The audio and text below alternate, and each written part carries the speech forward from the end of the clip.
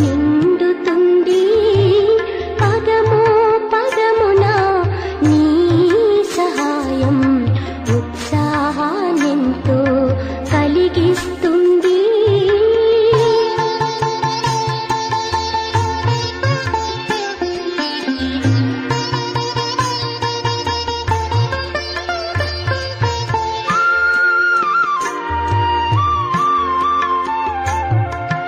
ఒకసారి నీవు నా వారంటే శతమార్లు నీ ప్రేమ లభించు.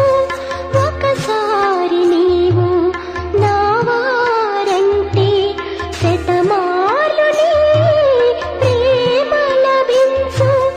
ఒక అడుగు నీ మార్గంలో వేస్తే జన్మ జన్మలోనే తోడు లభించు.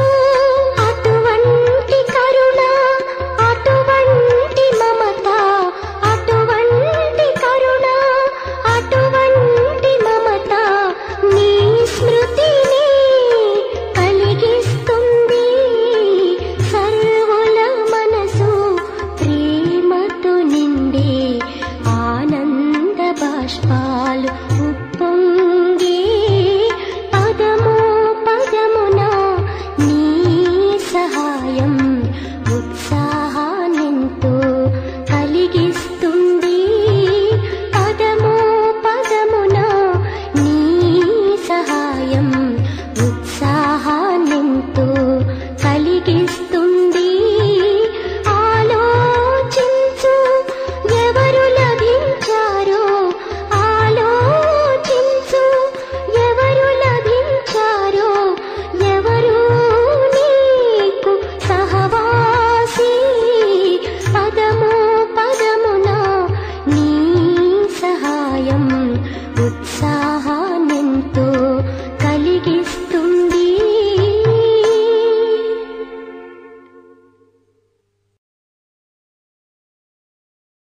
ఓం శాంతి. మధురమైన పిల్లలారా, పూర్తి ఆధారమంతా స్మృతి పైనే ఉంది. స్మృతి ద్వారానే మీరు మధురంగా అవుతారు. ఈ స్మృతిలోనే మాయతో యుద్ధం నడుస్తుంది. ప్రశ్న: ఈ డ్రామాలో పిల్లలు మీకు మాత్రమే తెలిసిన ఏ రహస్యం ఎక్కువగా విచారసాగరమతనం చేసేందుకు యోగ్యమైనది? జవాబు: ఈ డ్రామాలో ఒక్క పాత్ర 2 సార్లు అభినయించడమనేది మీకు తెలుసు. పూర్తి ప్రపంచంలో ఏ పాత్ర జరిగినా అది ఒకదానికన్నా మరొకటి నూతనంగా ఉంటుంది. సత్యయుగం నుండి ఇప్పటి వరకు రోజులు ఎలా పరివర్తన అవుతాయో మీరు ఆలోచిస్తారు. కర్తవ్యాలన్నీ పరివర్తనైపోతాయి. ఆత్మలో 5000 సంవత్సరాల కర్మల రికార్డు నిండి ఉంది. ఇది ఎప్పుడూ పరివర్తన అవ్వదు. ఈ చిన్న విషయమే పిల్లలైన మీ బుద్ధికి తప్ప మరెవ్వరి బుద్ధికి తోచదు. ఓం శాంతి. ఆత్మీక తండ్రి ఆత్మీక పిల్లలను అడుగుతూ ఉన్నారు. మధురాతి మధురమైన పిల్లలారా, మీరు మీ భవిష్య పురుషోత్తమ ముఖమును, పురుషోత్తమ శరీరాన్ని చూస్తూ ఉన్నారా? ఇది పురుషోత్తమ సంగమయుగం కదా. మళ్ళీ నూతన ప్రపంచమైన సత్యయుగంలో వీరి వంశావళిలో వస్తామని మీరు ఫీల్ చేస్తారా? దానిని సుఖధామమని అంటారు. అక్కడి కొరకే మీరు ఇప్పుడు పురుషోత్తములుగా అవుతూ ఉన్నారు. కూర్చుంటూనే ఇటువంటి ఆలోచనలు రావాలి. విద్యార్థి చదువుతున్నప్పుడు రేపు మేము ఇలా అవుతామని వారి బుద్ధిలో తప్పకుండా ఉంటుంది. అలాగే మీరు కూడా ఇక్కడ కూర్చొని ఉన్నప్పుడు మేము విష్ణు రాజ్యంలోకి వస్తామని మీకు తెలుసు. ఇప్పుడు మీ బుద్ధి అలౌకికంగా ఉన్నది. వేరెవ్వరి బుద్ధిలోనూ ఈ విషయాలు రమిస్తూ ఉండవు. ఇది సాధారణ సత్సంగం కాదు. మీరిక్కడ కూర్చొని ఉన్నారు, అయినా సత్యమైన తండ్రి అయిన శివబాబా సాంగత్యంలో కూర్చొని ఉన్నామని భావిస్తారు. శివబాబాయే రచయిత. వారికే రచన ఆది మధ్యాంతాలు తెలుసు. వారే ఈ జ్ఞానాన్ని ఇస్తారు. నిన్నటి విషయాన్ని వినిపించినట్లు తెలుపుతారు. మేము ఈ శరీరాన్ని పరివర్తన చేసుకొని దైవీ శరీరాన్ని పొందేందుకు ఇక్కడికి వచ్చామని ఇక్కడ కూర్చున్నప్పుడు స్మృతి ఉంటుంది కదా. ఇది తమో ప్రధానమైన పాత శరీరము. దీనిని పరివర్తన చేసుకొని ఇలాంటి శరీరాన్ని తీసుకోవాలని ఆత్మ చెప్తుంది. ఎంత సహజమైన లక్ష్యము. చదివించే టీచరు చదివే విద్యార్థుల కంటే తప్పకుండా చురుకైన వారుగా ఉంటారు కదా. చదివిస్తారు, మంచి కర్మలు కూడా నేర్పిస్తారు. మనల్ని సర్వశ్రేష్ఠులైన భగవంతుడు చదివిస్తూ ఉన్నారు కనుక తప్పకుండా దేవీ దేవతలుగా చేస్తారని మీరిప్పుడు అర్థం చేసుకున్నారు. ఈ చదువు ఉండేదే నూతన ప్రపంచం కొరకు. వేరెవ్వరికి నూతన ప్రపంచం గురించి కొద్దిగా కూడా తెలియదు. ఈ లక్ష్మీనారాయణలే నూతన విశ్వానికి అధికారులుగా ఉండేవారు. దేవీ దేవతలు కూడా నెంబర్ వారుగా ఉంటారు కదా. అందరూ ఒకే విధంగా ఉండలేరు. ఎందుకంటే అది రాజధాని కాదా. ఇలాంటి ఆలోచనలు మీ బుద్ధిలో నడుస్తూ ఉండాలి. ఆత్మలమైన మనము ఇప్పుడు పతితుల నుండి పావనంగా అయ్యేందుకు పావనమైన తండ్రిని స్మృతి చేస్తాము. ఆత్మ తన మధురమైన తండ్రిని స్మృతి చేస్తుంది. మీరు నన్ను స్మృతి చేసినట్లయితే పావనంగా సతో ప్రధానంగా అవుతామని బాబా స్వయంగా చెప్తూ ఉన్నారు. ఆధారమంతా స్మృతి యాత్రపైనే ఉంది. పిల్లలు నన్ను ఎంతసేపు స్మృతి చేస్తారు అని తండ్రి తప్పకుండా అడుగుతారు. స్మృతి యాత్రలోనే మాయతో యుద్ధం జరుగుతుంది. మీకు యుద్ధం కూడా తెలుసు.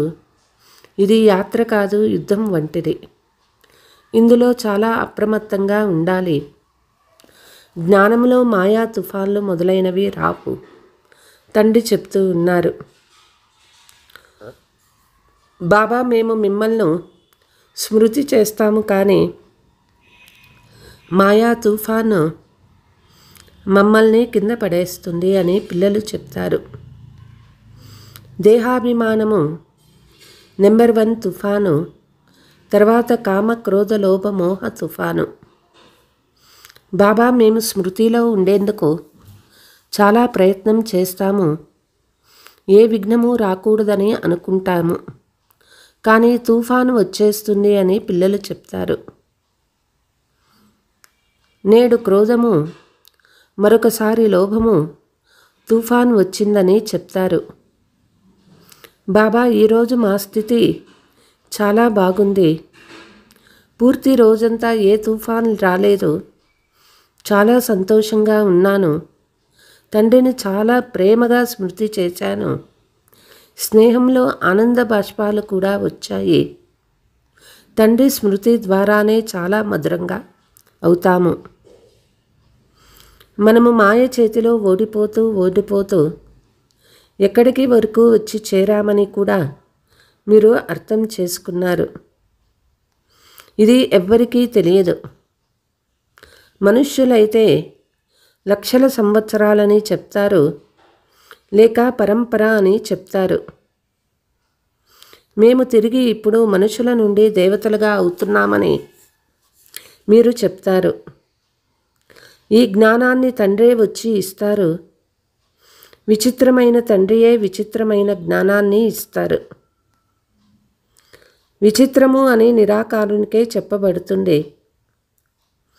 నిరాకారులు ఈ జ్ఞానాన్ని ఎలా ఇస్తారు? నేను ఎలా ఈ శరీరంలో వస్తానో స్వయంగా అర్థం చేయిస్తాను. అయినా ఈ ఒక్క తనువులోనే వస్తారా? మనుషులు తికమక పడతారు. కానీ డ్రామాలో ఈ తనువే నిమిత్తంగా అవుతుంది. కొద్దిగా కూడా మార్పు జరగదు. ఈ మాటలను మీరే అర్థం చేసుకొని ఇతరులకు అర్థం చేయిస్తారు. ఆత్మనే చదువుతుంది, ఆత్మనే నేర్చుకుంటుంది, నేర్పిస్తుంది. ఆత్మ చాలా విలువైనది. ఆత్మ అవినాశి. కేవలం శరీరము సమాప్తమైపోతుంది. ఆత్మలమైన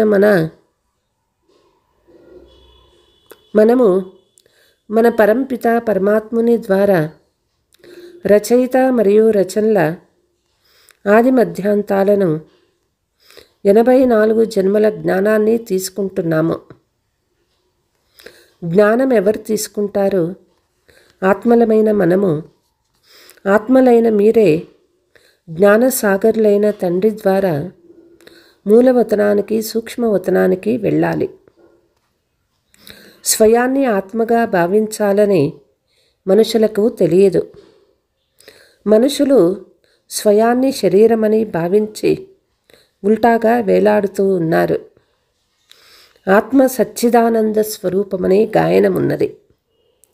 పరమాత్మకు అందరికంటే ఎక్కువ మహిమ ఉన్నది. ఒక్క తండ్రికే ఎంత మహిమ ఉన్నది. వారే దుఃఖహర్త, సుఖకర్త. దోమలు మొదలైన వాటిని దుఃఖహర్త, సుఖకర్త, జ్ఞానసాగర్లు అని మహిమ చేయరు. ఇది తండ్రి మహిమ. పిల్లలైన మీరు కూడా మాస్టర్ దుఃఖహర్త, సుఖకర్తలు.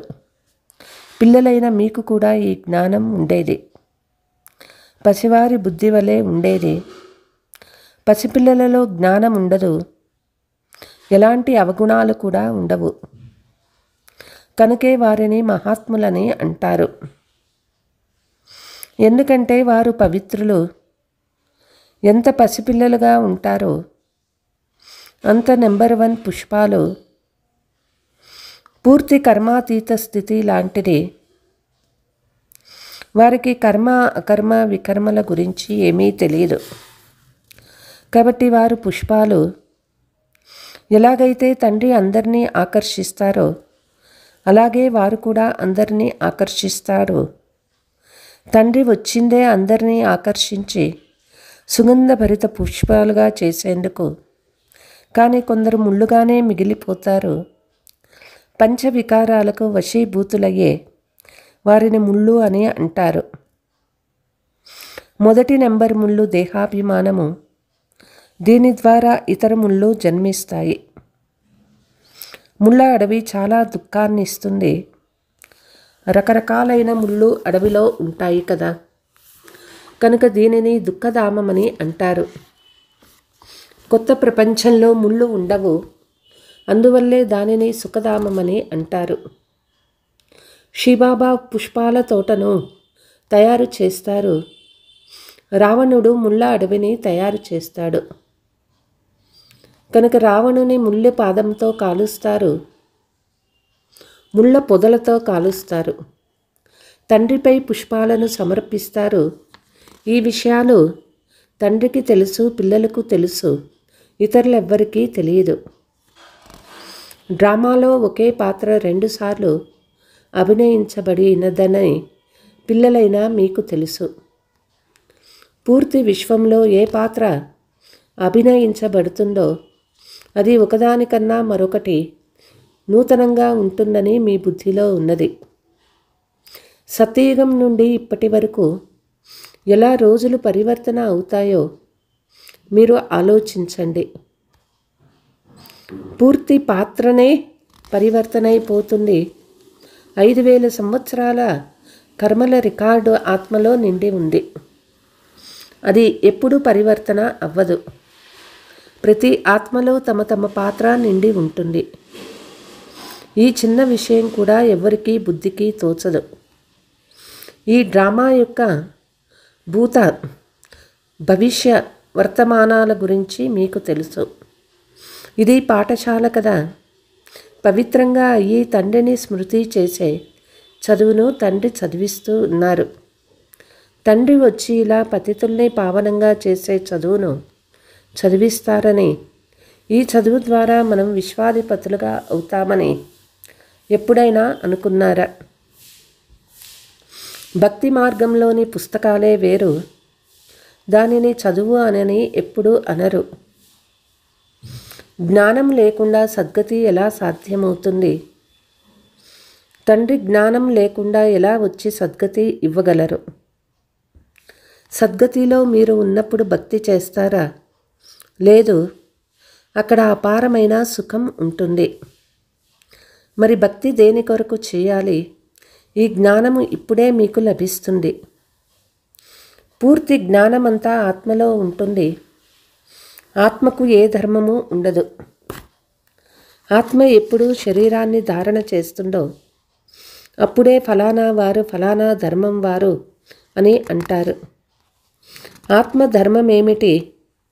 ఆత్మ బిందువు వలె ఉంటుంది.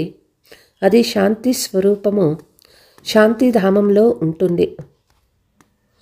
పిల్లలందరికీ తండ్రి పైన హక్కు ఉంటుంది. చాలామంది పిల్లలు వేరు వేరు ధర్మాలలోకి వారిపోయారు. వారు మళ్ళీ తమ వాస్తవిక ధర్మంలోకి వచ్చేస్తారు. ఎవరెవరు దేవీ దేవతా ధర్మాన్ని వదిలి ఇతర ధర్మాలలోకి వెళ్ళారో ఆ ఆకులన్నీ మళ్ళీ తమ తమ స్థానాలకు వచ్చేస్తాయి. మొట్టమొదట మీరు తండ్రి పరిచయం ఇవ్వాలి. ఈ విషయాలలోనే అందరూ తిక్కమక్కిపడి ఉన్నారు. ఇప్పుడు మనల్ని చదివిస్తున్నవారు అనంతమైన తండ్రి అని పిల్లలకు తెలుసు. కృష్ణుడు దేహదారి, బ్రహ్మ బాబాను కూడా దాదా అని అంటారు. మీరంతా పరస్పరము సోదరులు కదా. మిగిలింది పదవుల విషయము. సోదరుల శరీరము ఒకే రకంగా, సోదరి శరీరము మరొక రకంగా ఉంటుంది. ఆత్మ మాత్రం ఒక చిన్న నక్షత్రము. పూర్తి జ్ఞానమంతా ఈ చిన్న నక్షత్రంలోనే ఉంటుంది.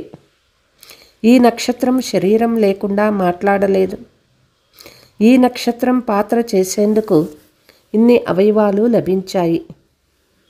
ఈ నక్షత్రాల ప్రపంచం వేరు.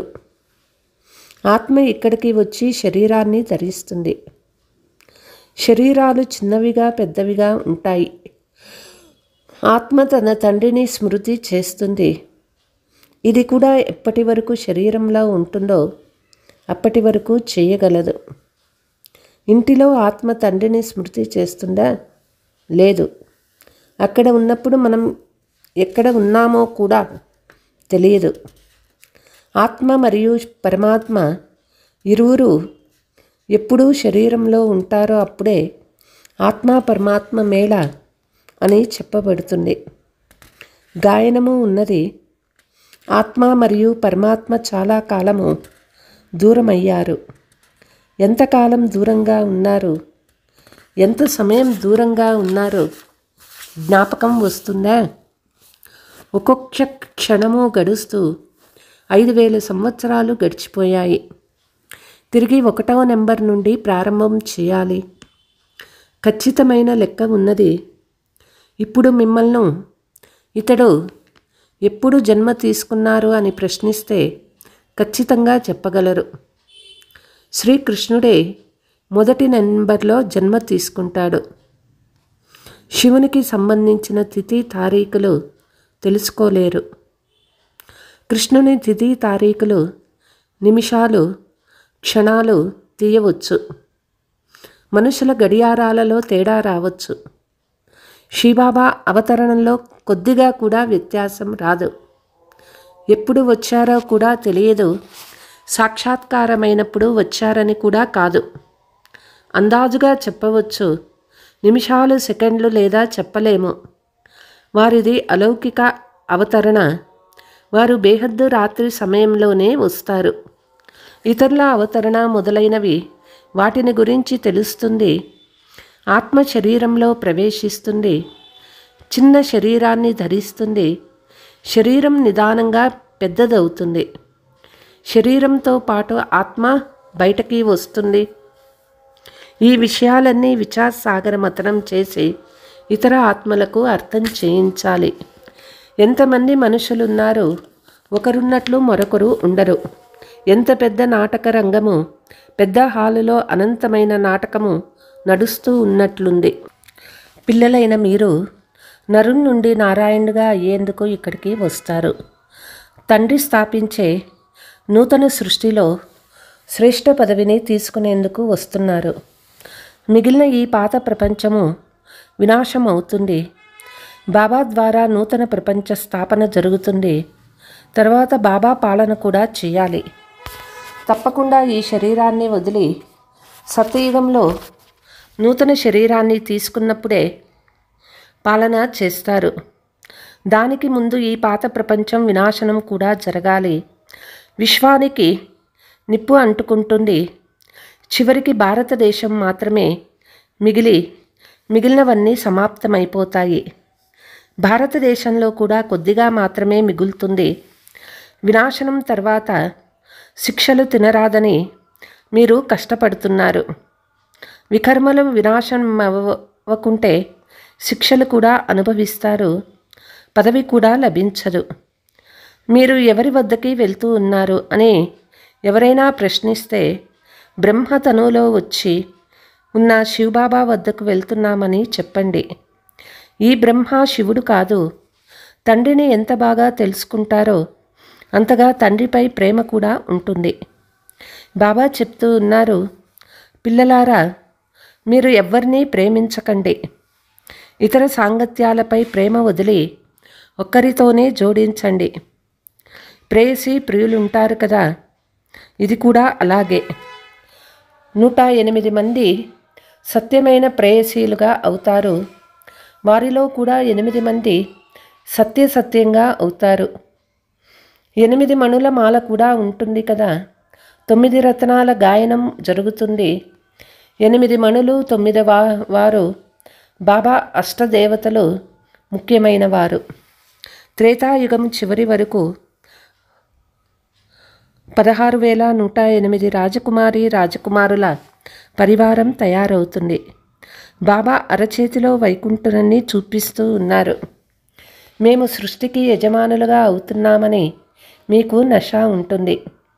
బాబాతో ఇలాంటి వ్యాపారం చేయాలి. ఎవరో అరుదుగా ఈ వ్యాపారం చేస్తారు. ఇటువంటి వ్యాపారస్తులు ఎక్కడ ఉన్నారు? అలాగని అందరూ వ్యాపారాలు కాక మేం బాబా వద్దకి వెళ్తున్నామని ఉమంగ ఉత్సాహం ఉండాలి. బాబా పైన ఉన్నవారు కానీ ఈ విషయం ప్రపంచం వారికి తెలియదు. వారు చివర్లో వస్తారని చెప్తారు. ఇప్పుడు ఇదే కలియుగ అంతిమ సమయము. అదే గీత మహాభారతం యొక్క సమయము. అదే యాదవులు మిసైల్స్ని తయారు చేస్తూ ఉన్నారు. అదే కౌరవ రాజ్యము, అదే పాండవులైన మీరు ఉన్నారు. పిల్లలు, మీరు ఇప్పుడు ఇంట్లో కూర్చొని మీ సంపాదన చేసుకుంటూ ఉన్నారు. భగవంతుడు ఇంట్లోనే లభించారు కనుక మీ సంపాదన చేసుకోండి అని బాబా చెప్తారు. ఈ వజ్రతుల్యమైన జన్మ అత్యంత అమూల్యమైనది గాయనం చెప్పబడుతుంది. ఇప్పుడు గవ్వల కొరకు ఇలాంటి జీవితాన్ని కోల్పోరాదు. ఇప్పుడు మీరు ఈ పూర్తి ప్రపంచాన్ని రామరాజ్యంగా చేస్తూ ఉన్నారు. మీకు శివుని నుండి శక్తి లభిస్తుంది. వర్తమాన సమయంలో చాలామందికి అకాల మృత్యువు కూడా సంభవిస్తుంది. బాబా బుద్ధికి వేసిన తాళాన్ని తెరుస్తారు. మాయా బుద్ధికి తాళాన్ని వేస్తుంది. ఇప్పుడు మాతలైన మీకే జ్ఞాన కలశం లభించింది. అబలలకు శక్తినిచ్చేవారు ఆ బాబా. ఇదే జ్ఞానామృతము. శాస్త్రాల జ్ఞానాన్ని అమృతమని అనరు. అచ్చా, मीठे मीठे सिकीलते बच्चों प्रति मात पिता बाप दादा का याद प्यार और गुड मॉर्निंग. रूहानी बाप की रूहानी बच्चों को नमस्ते. हम रूहानी बच्चों की रूहानी मात पिता बाप दादा को याद प्यार गुड मॉर्निंग नमस्ते नमस्ते. ధారణ: ఒక్క బాబా ఆకర్షణలో ఉంటూ సుగంధభరిత పుష్పాలుగా తయారవ్వాలి. మీ మధురమైన తండ్రిని స్మృతి చేసి దేహాభిమానమనే ముళ్ళును భస్మం చేయాలి. వజ్రతుల్యమైన జన్మలో అవినాశి సంపాదన జమ చేసుకోవాలి. గవ్వల వెనుక ఈ సంపాదనను కోల్పోరాదు. ఒక్క బాబాపై సత్యమైన ప్రీతి నుంచి ఒక్కరి సాంగత్యంలోనే ఉండాలి. వరదానము: బ్రాహ్మణ జీవితంలో సదా సంతోషమనే భోజనం లేక ఔషధాన్ని తినే మరియు సంతోషాన్ని పంచే భాగ్యశాలి భవ. ఈ ప్రపంచంలో బ్రాహ్మణులైన మీ వంటి భాగ్యశాలులు మరెవ్వరూ ఉండరు.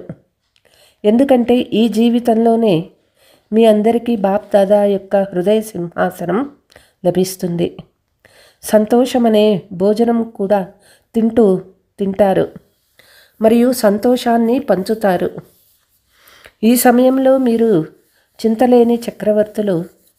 ఇటువంటి చింతలేని జీవితం మొత్తం కల్పంలో ఇక ఏ ఇతర యుగాలలోనూ ఉండదు. సత్యయుగంలో చింత లేకుండా ఉంటారు, కానీ అక్కడ జ్ఞానం ఉండదు. ఇప్పుడు మీకు జ్ఞానం ఉన్నది, అందువల్ల హృదయం నుండి నా వంటి అదృష్టవంతులు ఎవ్వరూ లేరు అనే మాటలు వెలువడతాయి. స్లోగన్: సంగమయుగం యొక్క స్వరాధ్య అధికారులే భవిష్యత్తులో విశ్వరాధ్య అధికారులుగా అవుతారు. ఓం శాంతి.